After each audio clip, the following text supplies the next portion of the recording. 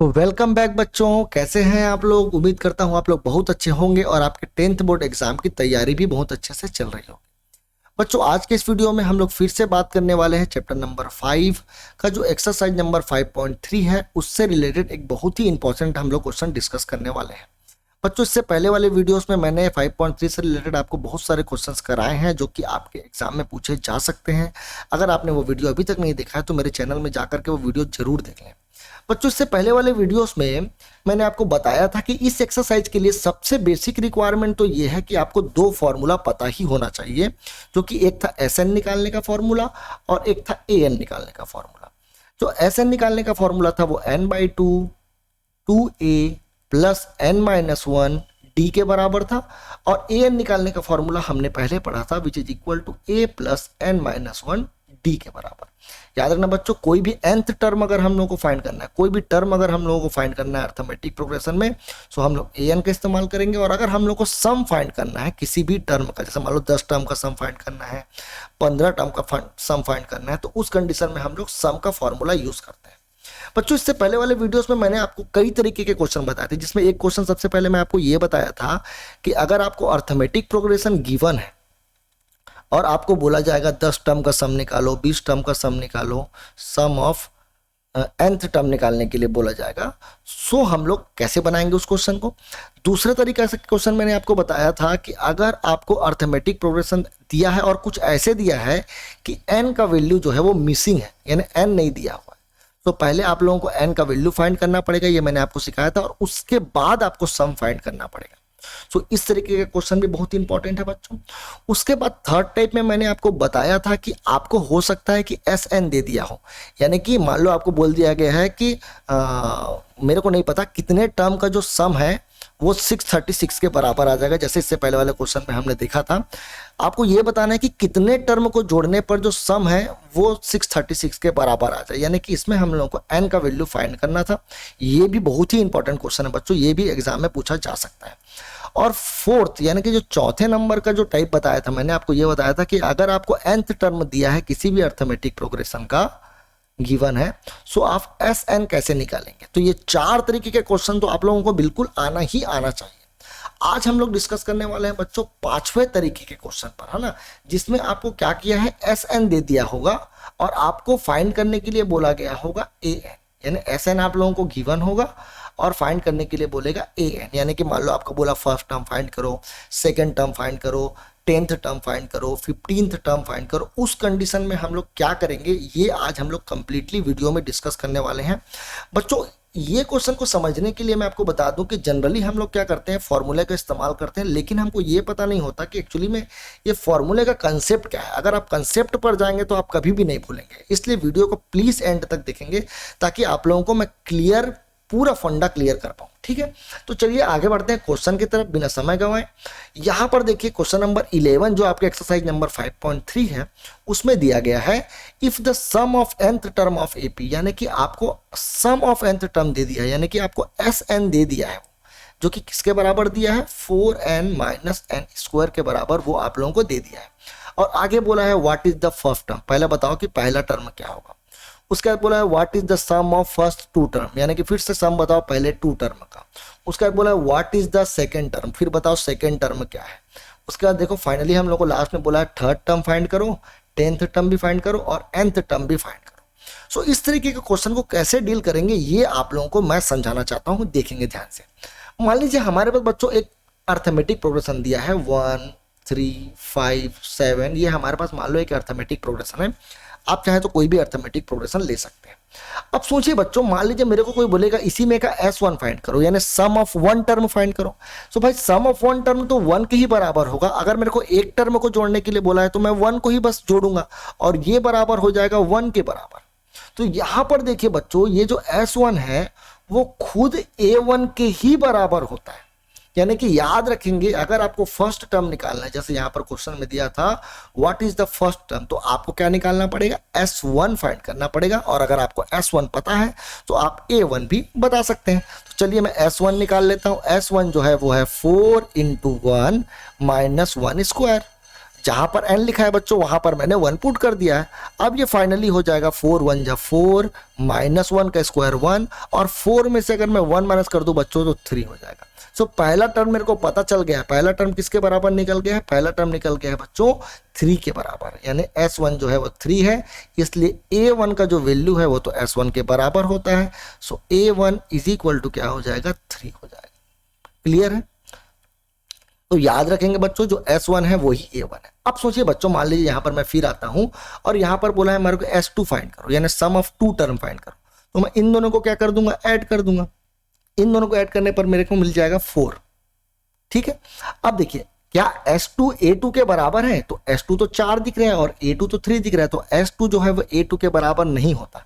लेकिन अगर मान लीजिए मैं S2 में A2 को माइनस कर दूं, यानी इसमें से अगर मैं इसको माइनस कर दूं तो क्या मिलेगा? 3, और यही हमारा सेकेंड टर्म है। यानी कि अगर हमको A2 निकालना हो तो हम लोग क्या करेंगे? S2 माइनस S1 फाइंड कर लेंगे। ये बहुत इंपॉर्टेंट बात याद रखना है। तो अगर मान लो मेरे को सेकेंड टर्म फाइंड करना है तो मेरे को पहले S2 निकालना पड़ेगा। तो चलिए मैं S2 निकाल लेता हूं। S2 हो जाएगा 4 इंटू 2, एन की जगह मैंने 2 पुट किया है, और यहां पर भी -2 का स्क्वायर, और फाइनली देखिए 4 2 जा हो जाएगा 8, 8 माइनस इन दोनों को मल्टीप्लाई है, इसको अगर स्क्वायर कर देंगे 4 2 का स्क्वायर क्या हो जाएगा? 4। सो फाइनली ये हो जाएगा 4 के बराबर। सो S2 क्या निकल गया है? S2 निकल गया 4। अब हम लोग S2 हमारे पास है और S1 भी हमारे पास है। ये देखिए S1, ये S1 था, है ना? सो अगर मेरे को अब सेकेंड टर्म निकालना है तो कोई दिक्कत की बात नहीं है। A2 जो होता है बच्चों वो तो S2 माइनस S1 के बराबर होता है। S2 का वैल्यू 4 दिया है और S1 का वैल्यू 3 दिया है, तो फाइनली ये कितना निकल जाएगा? 1। सो पहला टर्म मेरे को निकल गया है 3, दूसरा टर्म निकल गया है 1। अब हम लोग आ जाएंगे इसके थर्ड टर्म पर, है ना? थर्ड टर्म हमको निकालने के लिए बोला है। तो अब यहाँ पर से एक चीज क्लियर होता जा रहा है बच्चों। देखिए अगर मान लो हमको A3 निकालना हो, देखिए S2 निकाले थे तो सॉरी A2 जब निकाले थे तो S2 माइनस S1 किए थे, तो जब A3 निकालना होगा तो S3 माइनस S2 करेंगे। वैसे ही अगर मेरे को AN अगर निकालना है तो मैं क्या करूंगा? SN minus SN-1। यहां पर ये n-1, देखिए यहां पर 3 था तो ये 2 हो गया, तो यहां पर अगर ये n होगा तो ये क्या हो जाएगा? n-1 हो जाएगा। सो आप लोगों को ये याद रखना है, ठीक है? भूलना नहीं है कि अगर हम लोग को nth टर्म निकालने के लिए बोला किसी भी अर्थमेटिक प्रोग्रेशन का, तो हम लोग क्या करेंगे? Sn में Sn-1 को माइनस कर देंगे। देखिए कैसे करेंगे मैं आपको बताने वाला हूं। सबसे पहले तो हमको थर्ड टर्म निकालने के लिए बोला था, तो थर्ड टर्म किसके बराबर होता है बच्चों?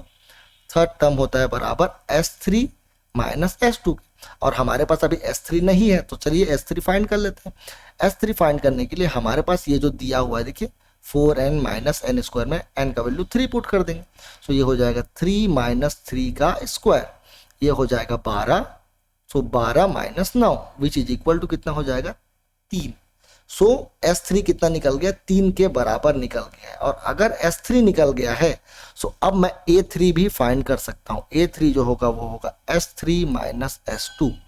S3 किसके बराबर दिया है बच्चों? 3 के बराबर, और S2 हमने अभी अभी निकाला था, ये देखिए जो कि था 4, तो यहां पर मैं पुट कर दूंगा 4, तो A3 भी निकल गया देखिए -1। तो यहां पर A3 कितना निकल गया है? -1। ठीक है, यहां पर देखिए -1।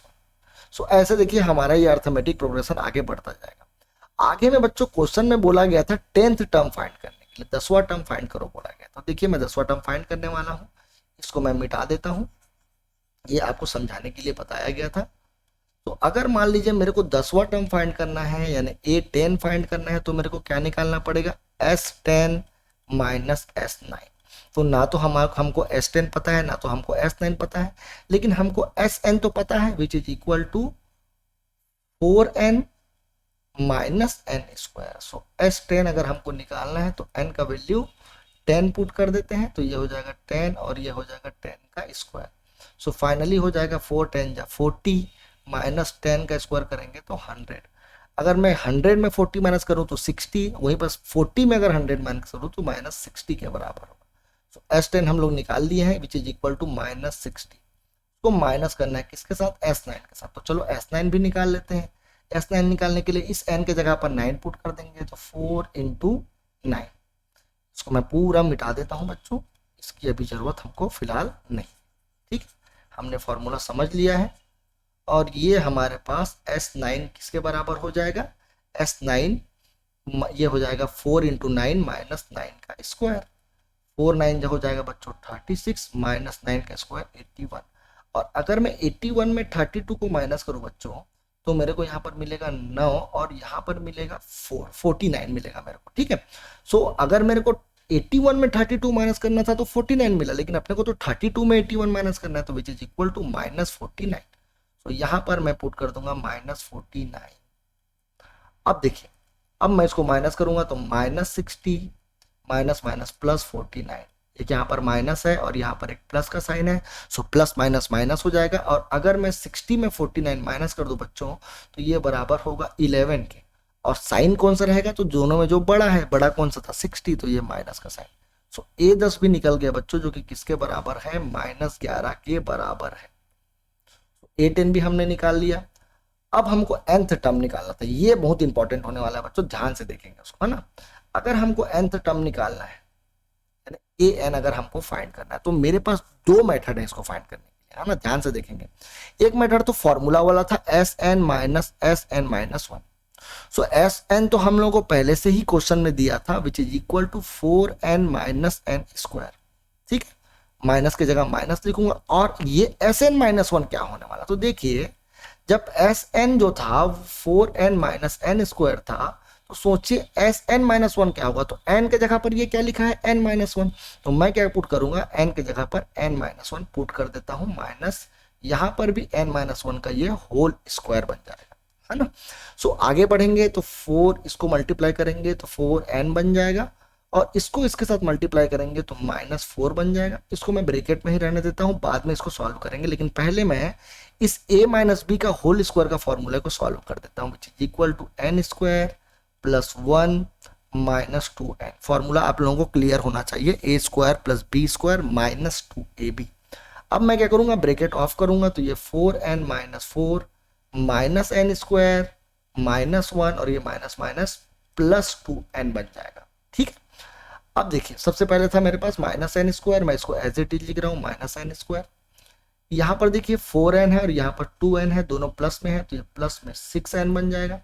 यहाँ पर देखिए बच्चों ये -4 है और ये -1 है, तो -4 -1 मिलाकर के हो जाएगा -5।